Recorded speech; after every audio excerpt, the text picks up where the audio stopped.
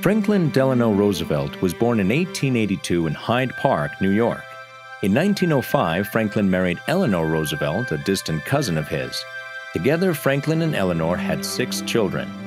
In 1921, the Roosevelts were on a boating trip when Franklin fell out of the boat and into freezing water. After the accident, he thought he had caught a cold, but his condition worsened, and Roosevelt was finally diagnosed with polio. The disease slowly took away his ability to walk, and he spent much of his later life in a wheelchair. Roosevelt developed the Warm Springs Foundation to provide research on polio and help to people who were suffering from the disease.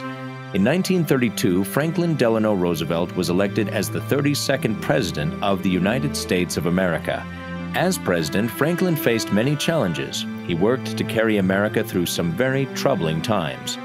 Let me assert my firm belief that the only thing we have to fear is fear itself.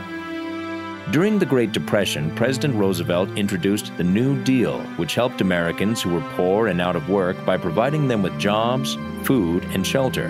When war broke out in Europe, Franklin tried to stay out of it. But when Japan bombed Pearl Harbor in 1941, Roosevelt made the decision to go to war and fight for freedom around the world. President Roosevelt also helped to develop the United Nations, an organization based around the idea that countries needed to talk about their problems rather than going to war over them. Through everything, Franklin Roosevelt maintained his cheerfulness and optimism. He tried to encourage the nation through a series of nationally broadcast radio talks called Fireside Chats. The people approved of his work so much they elected him president 4 times. He is the only U.S. president to serve more than 2 terms.